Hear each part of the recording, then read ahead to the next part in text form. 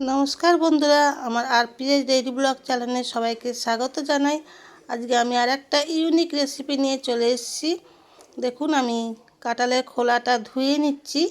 তা কাঁঠালের খোলা দিয়ে যে এত সুন্দর একটা রেসিপি বানানো যায়, না বানালে হয়তো জানতেই পারতাম না। তা আমি একটা মাঝারি সাইজের কাঁঠাল নিয়ে নিয়েছিলাম। সেটা কোয়াগুলো আমার বর ছাড়িয়ে দিয়েছিল, সেটা দেখানো হয়নি বা দেখাইনি। তা সেই খোলাটা আমি ফেলে না দিয়ে ওকে বলেছিলাম রেখে দিতে, রেসিপি বানাবো। তা ও রেখে দিয়েছিল। তা আমি এটা ভালো করে ধুয়ে নিচ্ছি, কারণ অনেক রকম নোংরা থাকে। ও কাটার সময় কাঁঠালের ওপরটা ধুয়ে নিই, তা আমি এই ধুয়ে নিচ্ছি ভালো করে। এবার হাতে আমি তেল মাখিয়ে ধোয়া হয়ে গেছে, জল ঝারিয়ে নিয়েছি। তেল মেখে আমি এগুলো একটু ছোটো ছোটো করে টুকরো করে কেটে নিয়েছি। দেখুন, আমি একটা কড়া কাজে চলে এসেছি, কড়া বসিয়ে দিয়েছি। কড়াই আমি 2 বাটি জল দেবো, এটা সেদ্ধ হওয়ার জন্য।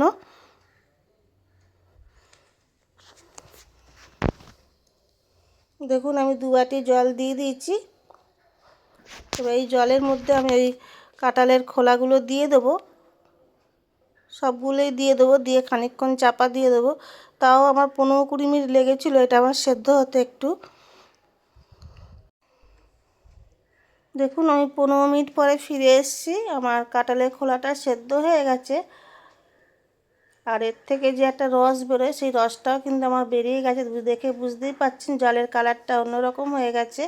আমি এবার এটা জল থেকে এই কাঁঠালের খোলাগুলো তুলে ফেলে দেবো। এখন একটা তুলে প্লেটে রেখে দেবো, তারপরে ফেলে দেবো ঠান্ডা হয়ে গেলে। এটা আর কোনো কাজে লাগবে না।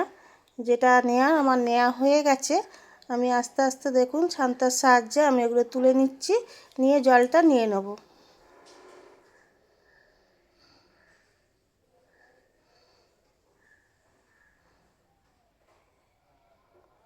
দুর্দান্ত একটা রেসিপি হয়, বাচ্চারা তো খুবই ভালোবাসে। আমার নাতির তো খেতে খুবই ভালো লেগেছিল। দেখুন, আমার জলটা দেখুন বেরিয়ে গেছে। আমি এটা একটু ছেঁকে নেব, কারণ এর মধ্যে অনেকটা নোংরা থাকে। আমি একটা ছান্তা দিয়ে বা ছাঁকনির সাহায্যে ছেঁকে নিলাম। দিয়ে আমি আবারও কড়ার কাছে ফিরে এসেছি।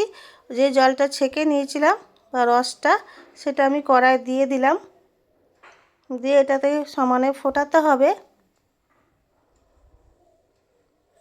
দেখুন, এটা আমার ফুটছে।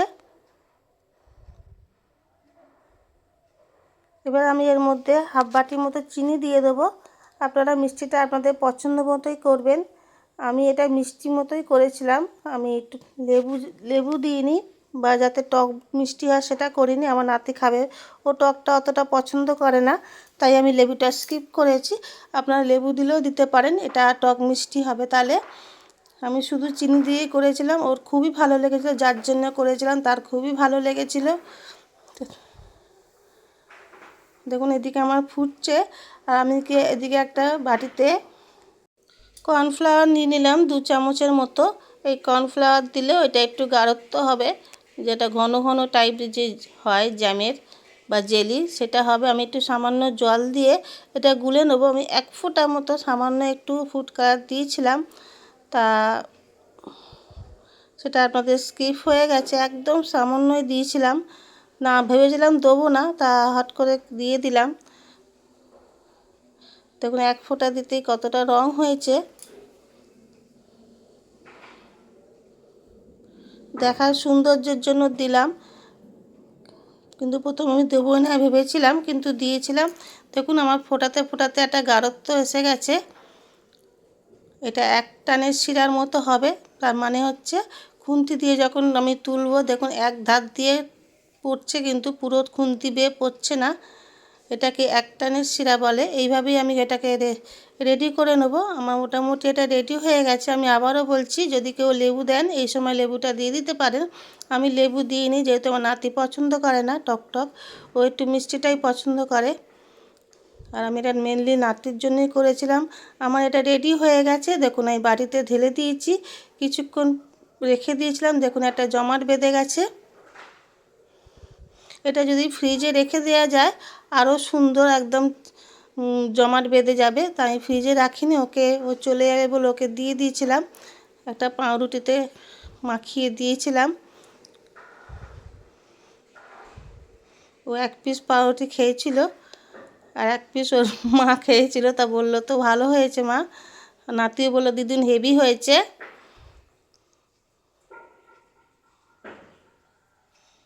রেসিপিটা যদি ভালো লেগে থাকে তাহলে আমার চ্যানেলটা সাবস্ক্রাইব করে পাশে থাকবেন। আর পুরনো বন্ধুদের অনেক অনেক ভালোবাসা জানাই যারা ফুল ওয়াচ করছেন। আজকের মতো আসি, আবারও চলে আসবো নতুন একটা ভিডিও নিয়ে। টাটা।